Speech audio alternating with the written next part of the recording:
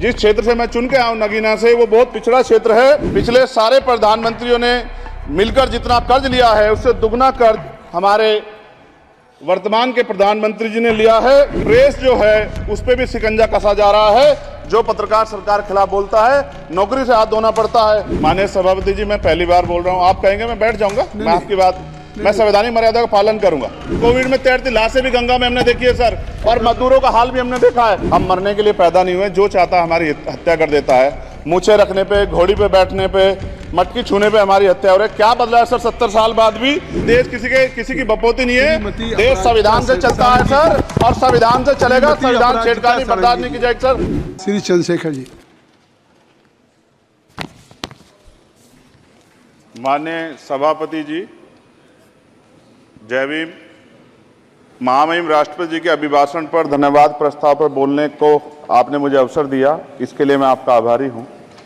सभापति महोदय, सर्वप्रथम मैं बहुजन समाज में जन्मे सभी संतों, गुरुओं, महान पुरुषों को नमन करता हूं, जिनमें महात्मा ज्योतिबा फूले, डॉक्टर बाबा साहब अम्बेडकर और माननीय काशीराम साहब को मैं याद भी करता हूं आज के दिन पर। साथ साथ नगीना की महान जनता और भीम आर्मी और हमारी पार्टी आज़ाद समाज पार्टी काशीराम के साथियों का भी धन्यवाद करता हूं। इसके बाद अपने कुल गुरु जगत गुरु सदगुरु रविदास जी महाराज को भी मैं नमन करता हूं, जिन्होंने दुनिया को लगभग 600 साल पहले बेगमपुरा शहर के रूप में दुनिया का सबसे महान लोकतांत्रिक दर्शन दिया। अध्यक्ष महोदय, माननीय सभापति जी, 14 अगस्त 1947 को ये देश अंग्रेजों के अधीन था। 15 अगस्त 1947 को हम लोग आज़ाद हुए।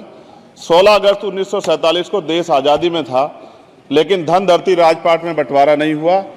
जो साधन संसाधन थे उनमें बंटवारा सही रूप से न होने के कारण एक बहुत बड़ी आबादी सुविधाओं से वंचित और सम्मान से वंचित रह गई। उनको सम्मान देने के लिए और अंतिम व्यक्ति तक सुविधाएं पहुंचे, इसके लिए लोकतंत्र की व्यवस्था हुई। लेकिन आज़ादी के 70 साल बाद भी हम कहाँ खड़े हैं, इस पर ये चिंता का विषय है। मैं मानता हूं कि सामाजिक न्याय तभी होगा माननीय सभापति जी, जब जातीय जनगणना पूरी होगी और जातीय जनगणना कराई जाएगी, और साथ साथ संख्या के आधार पर आरक्षण जो है वंचित वर्गों का बढ़ाया जाएगा। उसके साथ साथ जब राष्ट्रपति जी अभिभाषण पे बात रख रही थी तो उन्होंने शहरी और ग्रामीण क्षेत्रों के विकास की बात कही, और ये भी कहा कि दुनिया में सबसे उत्तम शहर हमारे यहाँ बने। लेकिन माननीय सभापति जी, 70% आबादी तो गांव में निवास करती है, तो गांव की आबादी के बारे में भी सोचना होगा कि उनका जीवन कैसे बदले। माननीय सभापति जी, उच्च शैक्षणिक संस्थानों में बहुजन समाज के जो छात्र हैं उनके साथ कास्ट एट्रोसिटी हो रही है, निरंतर उनकी हत्या हो रही है। साथ साथ जो सरकारी कर्मचारी हैं दफ्तरों में, उनके साथ भी जो SC ST OBC और मुस्लिम और अन्य धार्मिक अल्पसंख्यक, उनके साथ भी माननीय सभापति जी जातिगत और धार्मिक जो है शोषण किया जा रहा है। इसलिए मेरी मांग भी है कि पुरानी पेंशन को भी अध्यक्ष जी बहाल किया जाए। जो कर्मचारी देश की सेवा में लगे हैं उनका भी सम्मान होना चाहिए। साथ साथ सभापति जी, भाजपा ने चुनावी लाभ के लिए सबका साथ सबका विकास के नारे दिए, जो खोखले हैं, क्योंकि 10 साल में दलित, पिछड़े, आदिवासी, मुस्लिम और अन्य धार्मिक अल्पसंख्यक जो अत्याचार हुए हैं वो किससे छिपे हुए नहीं हैं। ये गलत है, ये बंद होना चाहिए।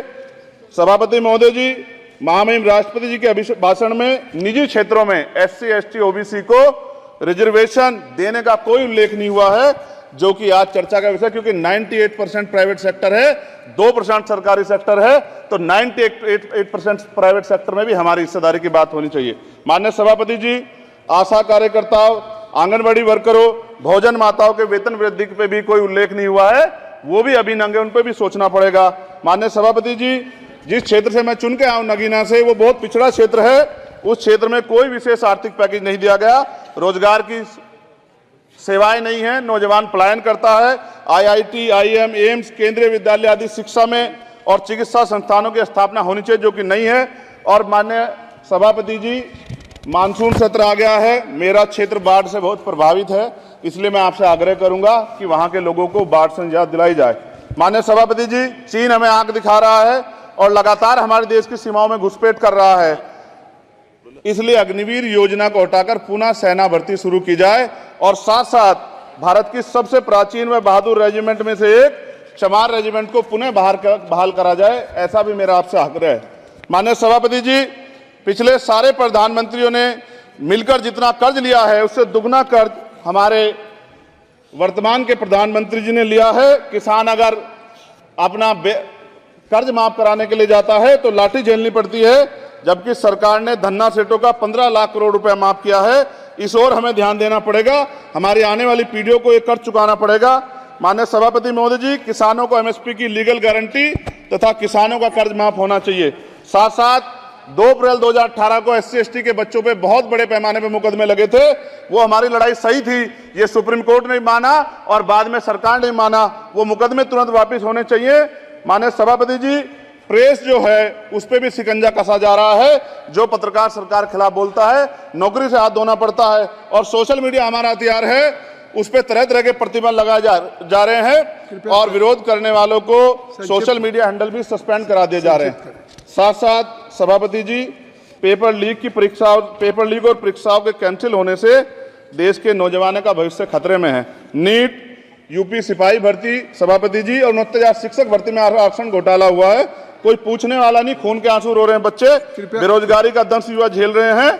इसलिए मेरा आग्रह है कि युवाओं के लिए कृपया समाप्त करें चंद्रशेखर। माननीय सभापति जी, मैं पहली बार बोल रहा हूं, आप कहेंगे मैं बैठ जाऊंगा, मैं आपकी बात, मैं संवैधानिक मर्यादा का पालन करूंगा, मगर हम तो माननीय सभापति जी सुन ही रहे हैं। आप बोलिए, 1 मिनट। धन्यवाद। 1 मिनट और बोलिए। अध्यक्ष सभापति जी, नारी सम्मान की बात करने वाली सरकार, हमने मणिपुर देखा सर, हमने पहलवान बेटियों का हर्ष देखा सर, और हमने सर हाथरस की बेटी का हर्ष देखा सर, और हाथरस के परिवार को जो वादा किया था सरकार ने वो भी पूरा नहीं किया, और महिलाओं में भी स्पेशली दलित, पिछड़े और मुस्लिम वर्ग की, आदिवासी वर्ग की महिलाओं के साथ आज भी NCRB का डाटा कहता है सर जो जुल्म हो रहा है वो सहनीय नहीं है सर। साथ साथ कोविड में तैरती, हमने कोविड में बहुत सुना सर, कोविड में तैरती लाशें भी गंगा में हमने देखी है सर, और मजदूरों का हाल भी हमने देखा है। सभापति जी, बस सब समाप्त कर रहा हूं। नोटबंदी पे छोटे मजले उद्योग की जो कमर टूटी वो भी हमने देखी है।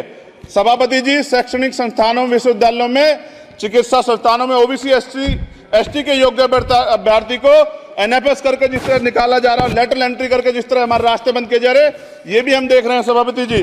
साथ साथ मेरा ये कहना है सर, ये सबका इशू है कि प्राइवेट कर्मचारी सर और सरकारी भी कई जगह पे 8 से ज्यादा घंटों से काम करते हैं, और उनको जो सर उचित वेतन भी नहीं मिलता, तो न्यूनतम वेतन 20,000 रुपए तय हो और 24 घंटे की ड्यूटी। उदाहरण के तौर पे यूपी पुलिस सर बहुत पूरा काम करते हैं वो लोग, वो राज्य के विषय हैं। आप सर मैं आपके राज्य सरकार के लिए भी आपके संज्ञान में डाल रहा हूँ विषय सर, पुलिस सब जगह है सर, लेकिन सवाल ये है सर, बहुत पसीना बातें हैं, 8 घंटे की ड्यूटी और वेतन विसंगति, बॉर्डर स्कीम से उनको जो बाहर किया जाए। माननीय सभापति जी, 1 मिनट चाहिए सभापति जी। राष्ट्रपति जी ने धर्म के बारे में बात की थी, राम मंदिर से पहले हमारे गुरुघर तुगलकाबाद का फैसला आया था राष्ट्रपति जी, वो सभापति जी अभी तक दिल्ली में स्थित सदगुरु रविदास जी महाराज का गुरुघर नहीं बना। साथ साथ सभापति जी, अपनी बात को खत्म करते हुए मैं आपसे कहना चाहता हूं कि जितना देश दूसरों का है सर, इतना हमारा भी है। हम मरने के लिए पैदा नहीं हुए, जो चाहता है हमारी हत्या कर देता है। मूछे रखने पे, घोड़ी पे बैठने पे, मटकी छूने पे हमारी हत्या हो रही है। क्या बदला है सर 70 साल बाद भी? दलित, पिछड़े, मुसलमानों पे हिंसा नहीं रुक रही है सर। मेरा आपसे संरक्षण के साथ ये आग्रह है कि इन घटनाओं को रोका जाए, और देश किसी की बपोती नहीं है, देश संविधान से चलता है सर, और संविधान से चलेगा, संविधान छेड़खानी